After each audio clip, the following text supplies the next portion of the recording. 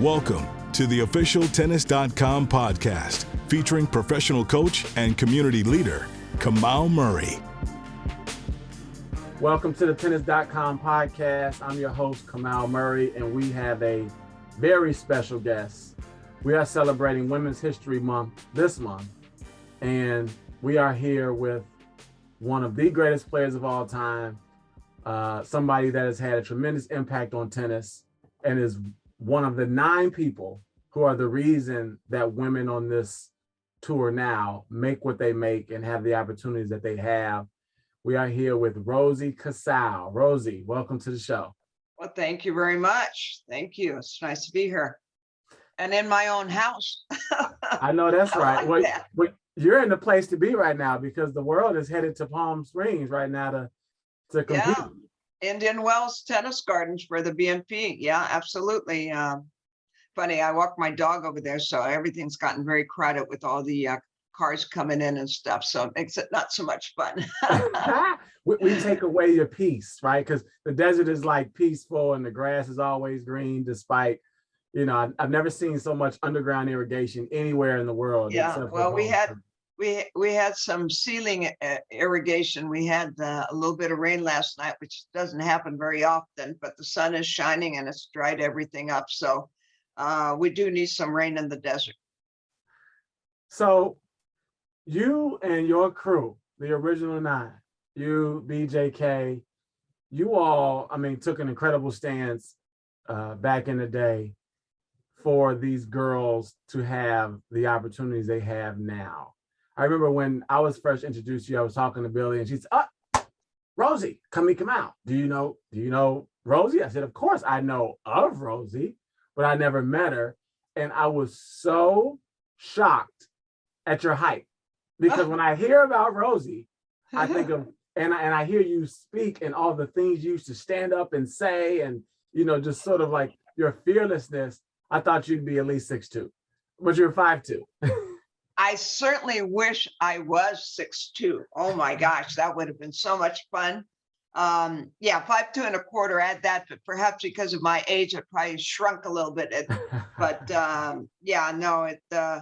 Great moments to think about it. And last year we were very fortunate to enjoy a wonderful tribute at the International Tennis Hall of Fame in Newport to be inducted as a group. That was quite an honor.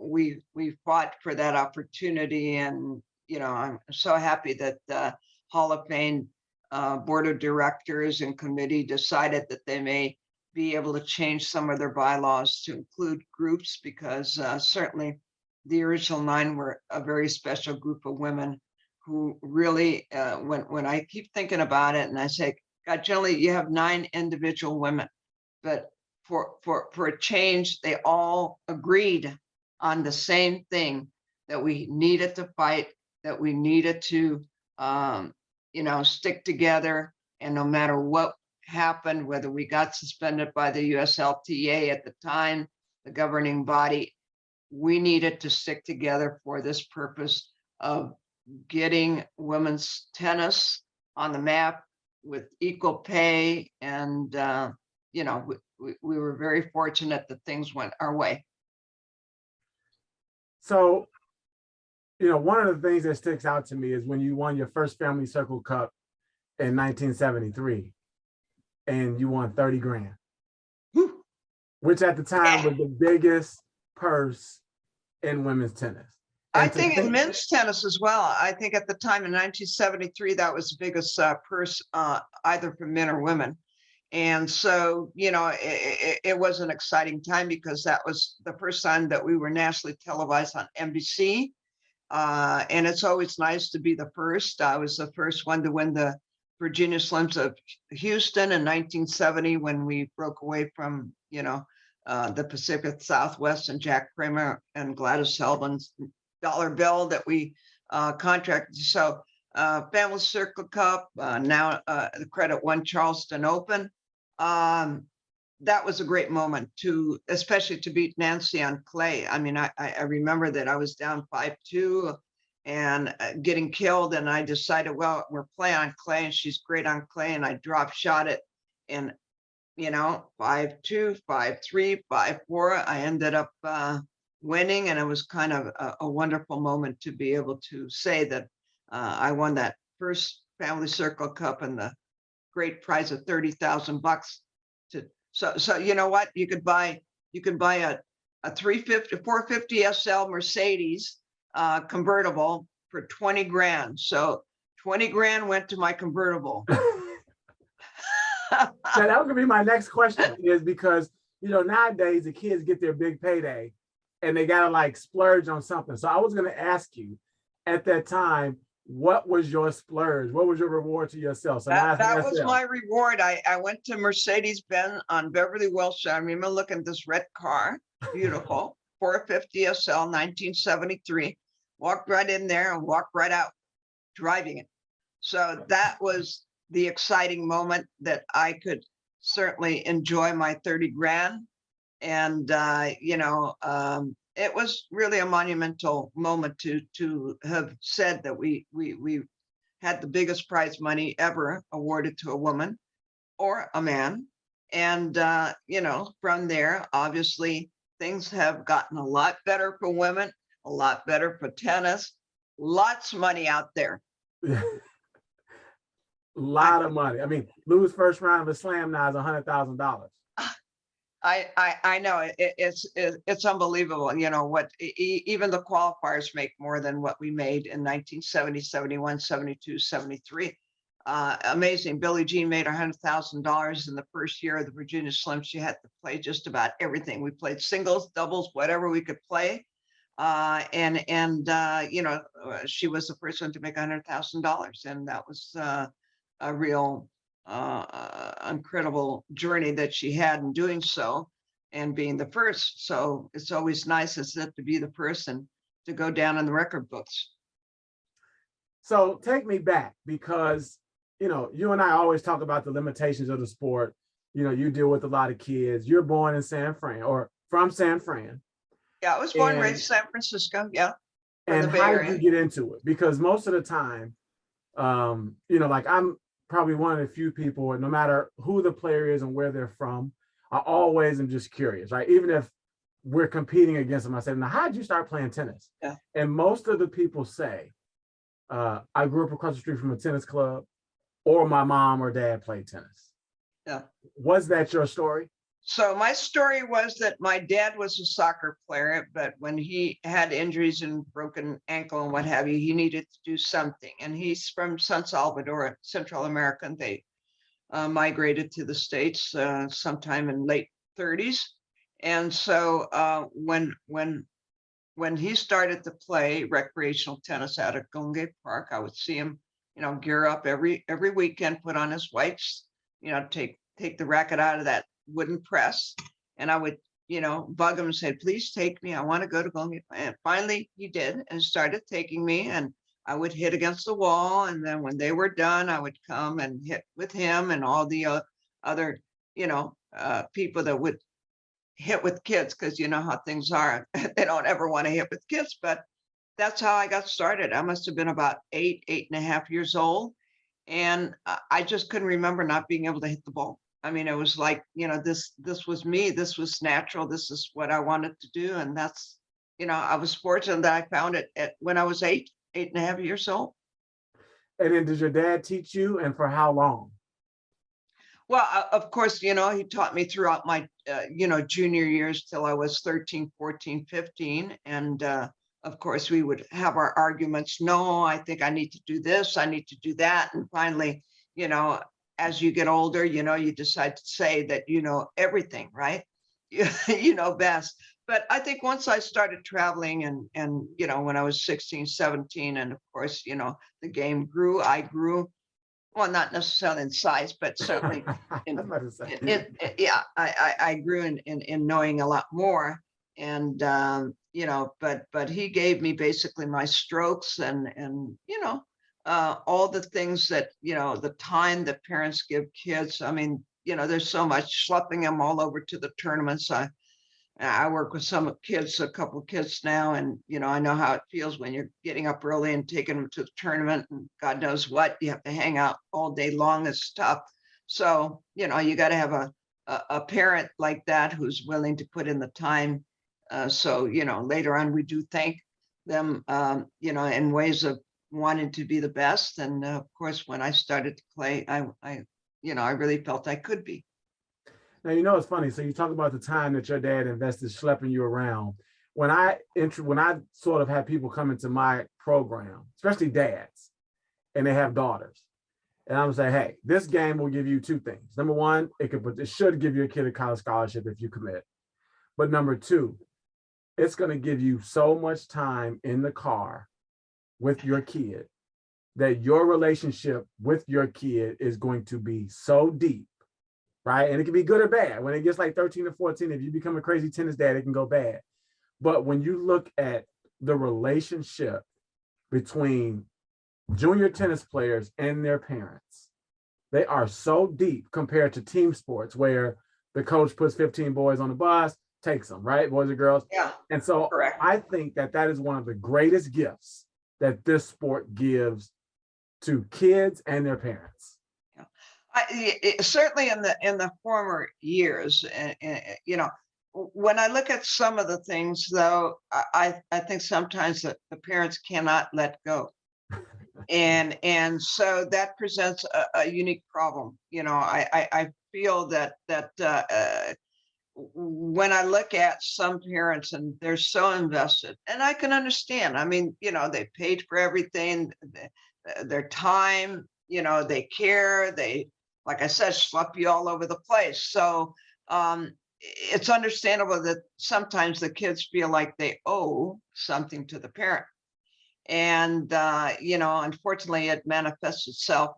I see that in some of the situations in professional tennis with the players, either the men or the women, basically the same. You got fathers as coaches, you got, sometimes mothers as coaches, but they know when to stop and ask for better coaching. But I don't know that the male daddies know that.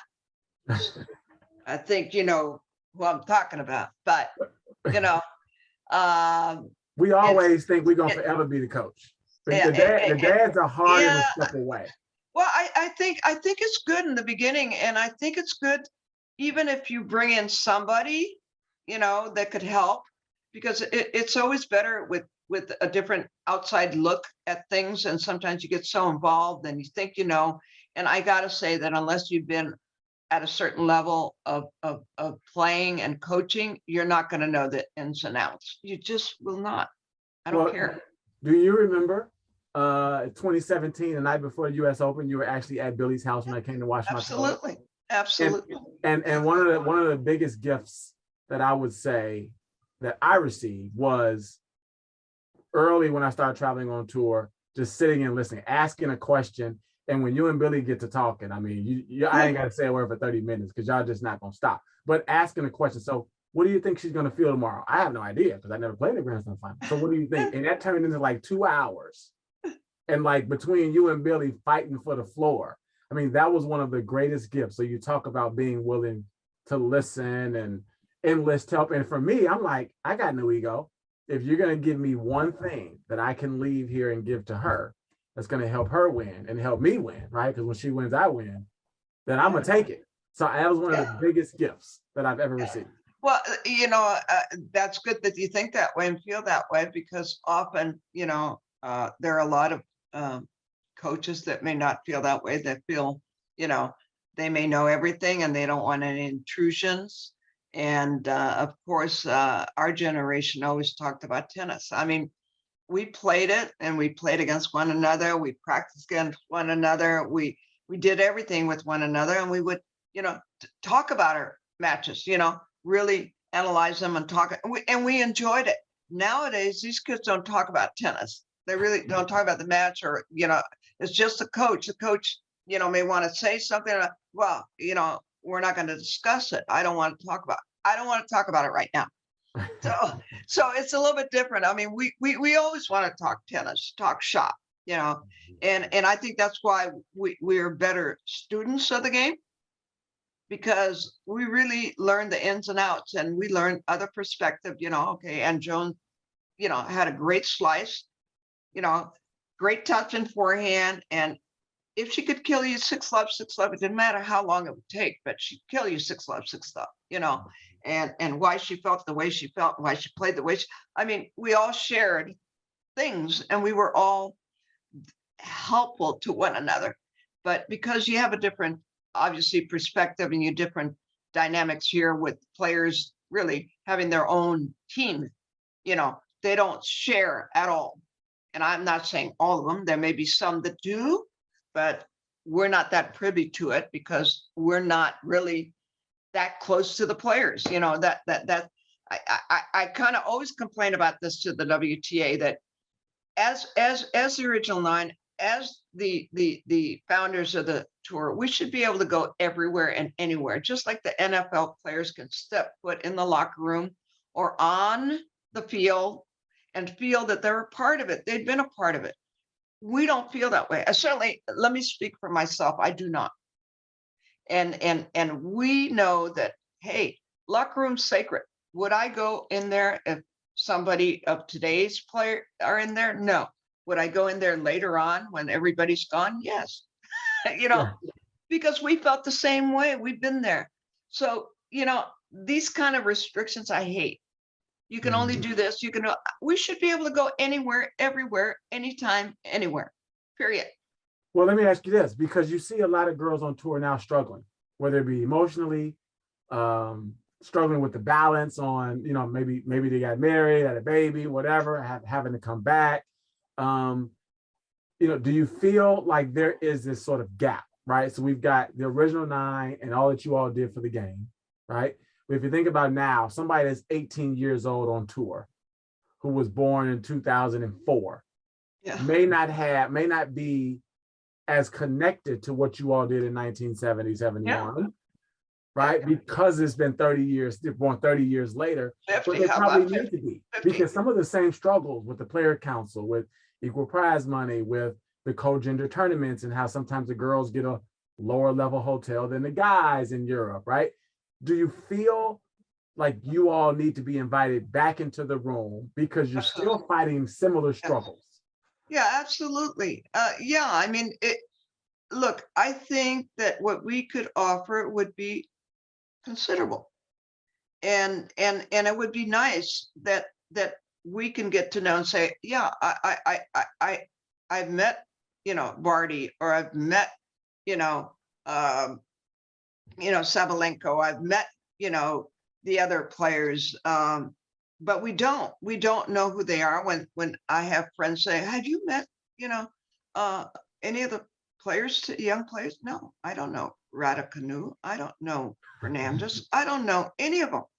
And it would be nice, because then we would start to have a nice connection for them to understand the history. And I know WTA does their best to try and, make them understand where they've come from. But, I think it would be a nice thing to, and I know everybody does know Billie Jean, because she's global, but the rest of them, to be able to, at least meet them, talk to them.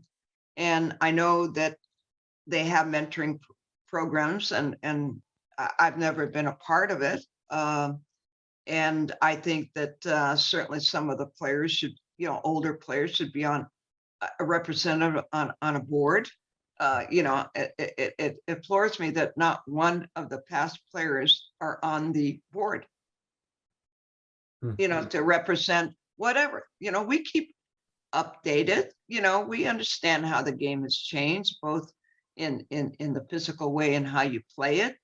But it would be nice to know a lot more and be in the of the sport that you started. Mm-hmm.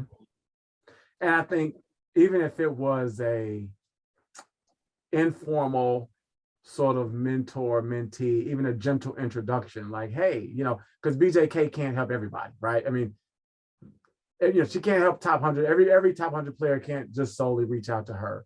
If we could just sort of distribute, somebody to make some connectivity, be like, hey, you're going to be faced with this challenge, or your style resembles this person.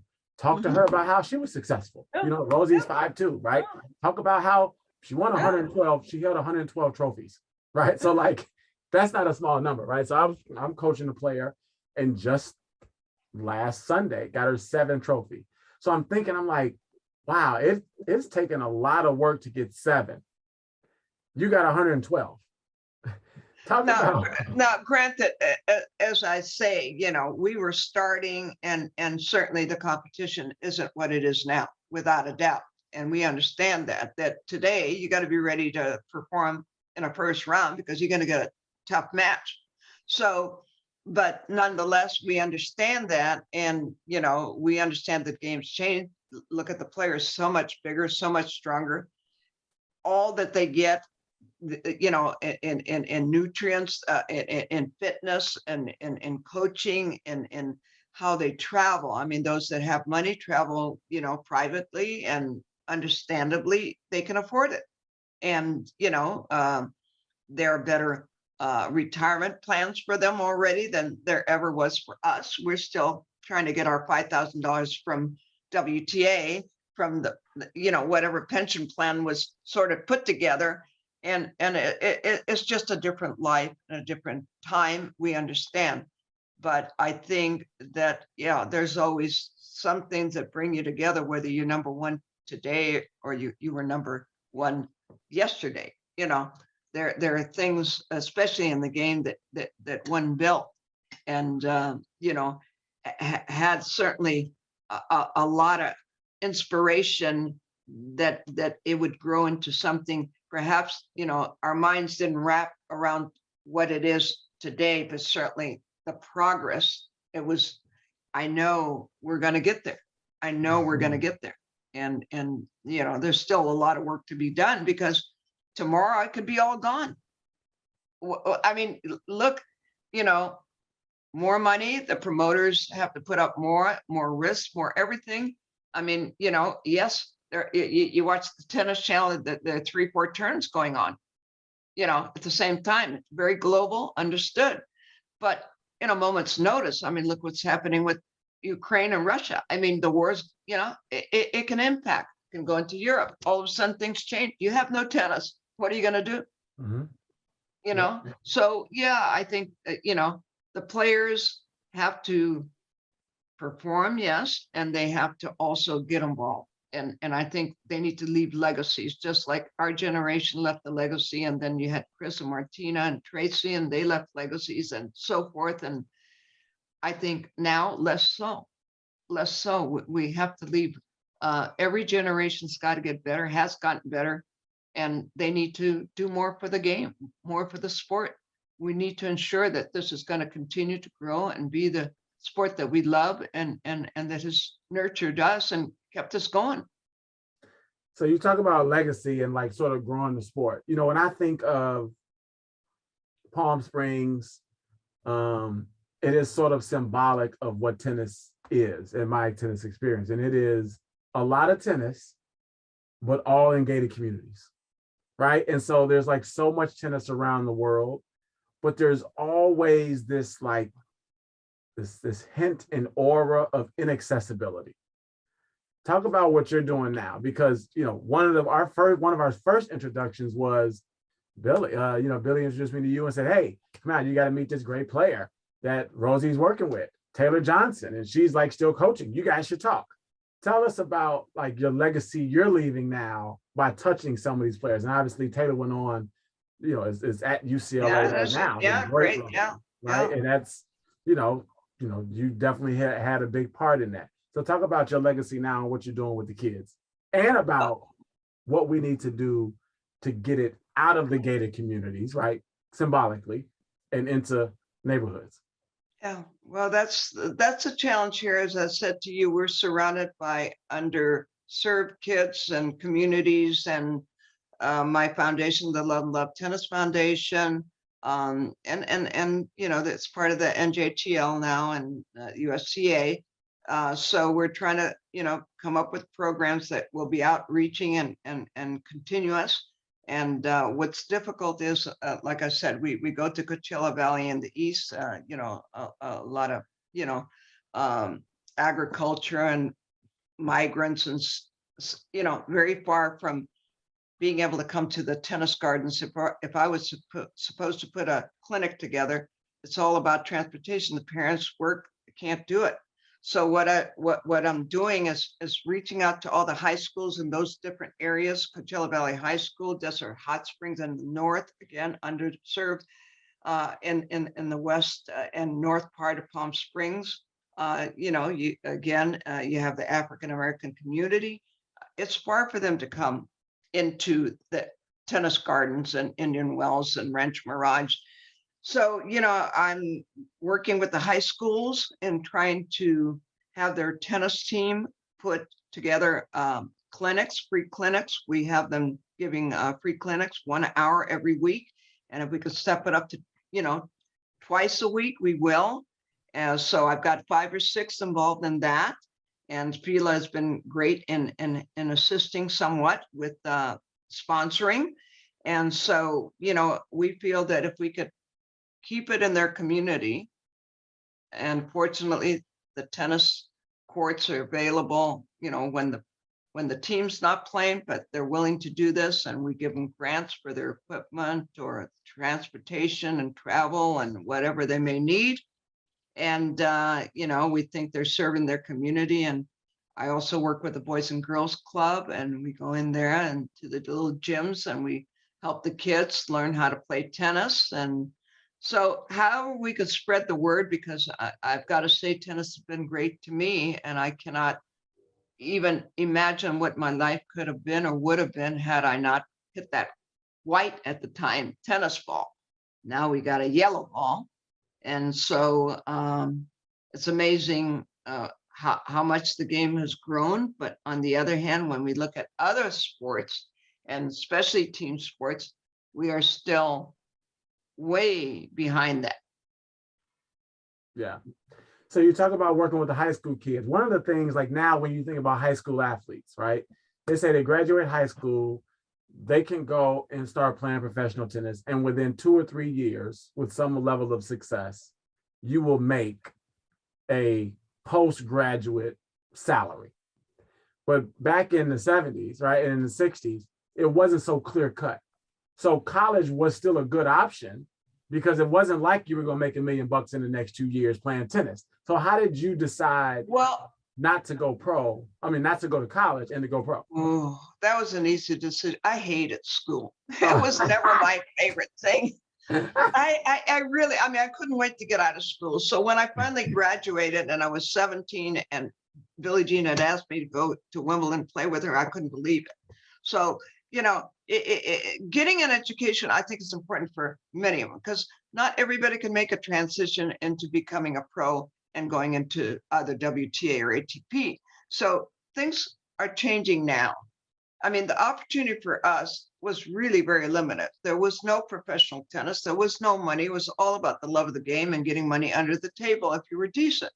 So, you never really knew, but you were hopeful. And if you were decent, you would at least cover your expenses and make a little bit on the side. And so, Title IX didn't come into the picture, I think, till 1972. And again, scholarships for women in sports, and you couldn't pursue. And so, the opportunities were not available to us. And fortunately, as Title IX came into the picture, of course, scholarships for women and sports and stuff and education really happened. And so, I still have women that come up to us and thank us for having paved the way for that. And, it makes you feel good that you contributed that kind of inspiration and hard work in trying to get things to change for women, because it has been an uphill battle for women, for sure. And it's so great to be able to see them making equal price money, or pretty much close to that now in tennis. When I look at soccer, they're struggling, they're fighting, they deserve it. I look at ice hockey for the women. I mean, they're struggling, they're fighting like we were, but, they haven't quite obtained the success that we were fortunate. And we were very fortunate to have gotten Philip Morris and Virginia Slims with lots of money. At that time was lots of money for us. But now it would be a whole different story. You would need a whole lot more money. But things were right in the 70s. Things were right for women. we had the women's lib movement. We had the change in from the closed era to open era tennis. And so, there were booming times in the early 70s for tennis. Probably the 73 through 75 were probably the most progressive time for tennis. So let me ask you, you got as high as 3 in the world, right? And maybe at that time, there wasn't as big of a financial difference between 3 and number 1. I've spoken to somebody before and they said, you know what?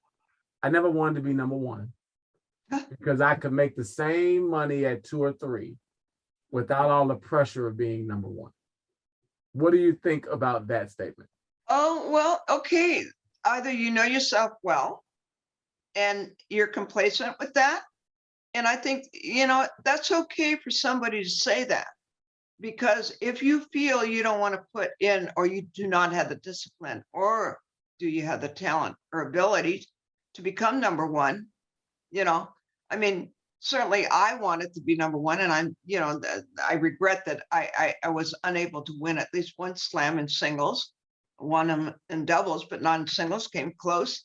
And I always felt I could. And that is very motivating. I mean, I was motivated by the fact that I did want to be number 1, But then comes Billie Jean and Margaret Court and Yvonne Goolon and everybody to spoil things for me. So it was like I never really had my moment, my little, sometimes that happens in somebody's career, that you're not quite, like you have the Agassiz and the,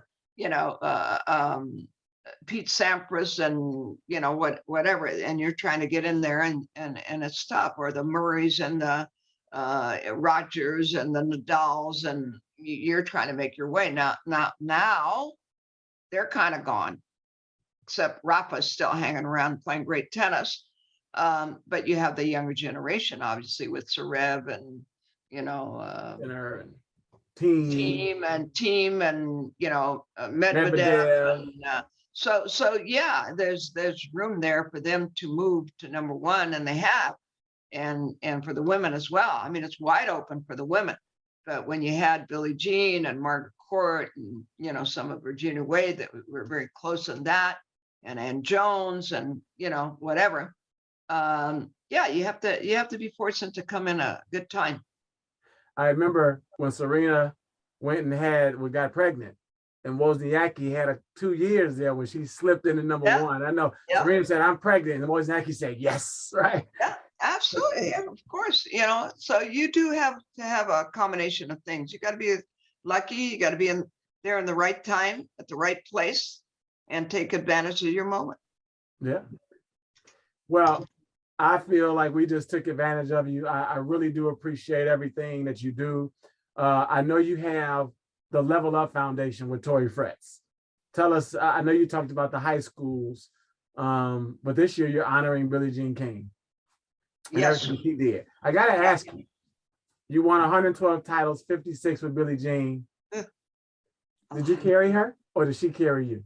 Well, I think we did a little bit of both, and I think that's what happens in doubles. When you're not firing up, your partner's got to pick up the slack, and when they're not firing up, you got to pick up the slack. And I think that's what makes a good doubles team. We were very compatible. We had the game that we enjoyed playing, serve and volley at the time, and I still say a serve and volley will beat whatever's out there today. I wish I could challenge that, but I can't because I'm too old. But I still say whoever gets their butt up to net is going to control the match. Now, let me ask you this. Talk about controlling the match. Who played the ad side? She did. Sometimes we changed, but basically she played the ad. I would get her the ad. She'd have to clinch it. Yeah. My job was get the ad, let her clinch it. She, like her saying goes, pressure is a privilege. And like I say, that's bullshit. You can erase that. But I said, she loves it, and I never felt that way. But I handled it as well as I could, But I didn't embrace it the way she did. That's hey, she want that pressure. Go ahead, take that side, right? I said, you take that ad. Well, thank you so much, Okay. Rosie. Well, thank you. Good luck next week, and I will catch up with you, okay? All right, thank you. This has been a tennis.com podcast. We've had the privilege of being with one of the original 9, 112-time title holder on the WTA tour, a mentor to many, Rosie Casals. Thank you so much for joining us. Thank you. Have a good one. Bye-bye.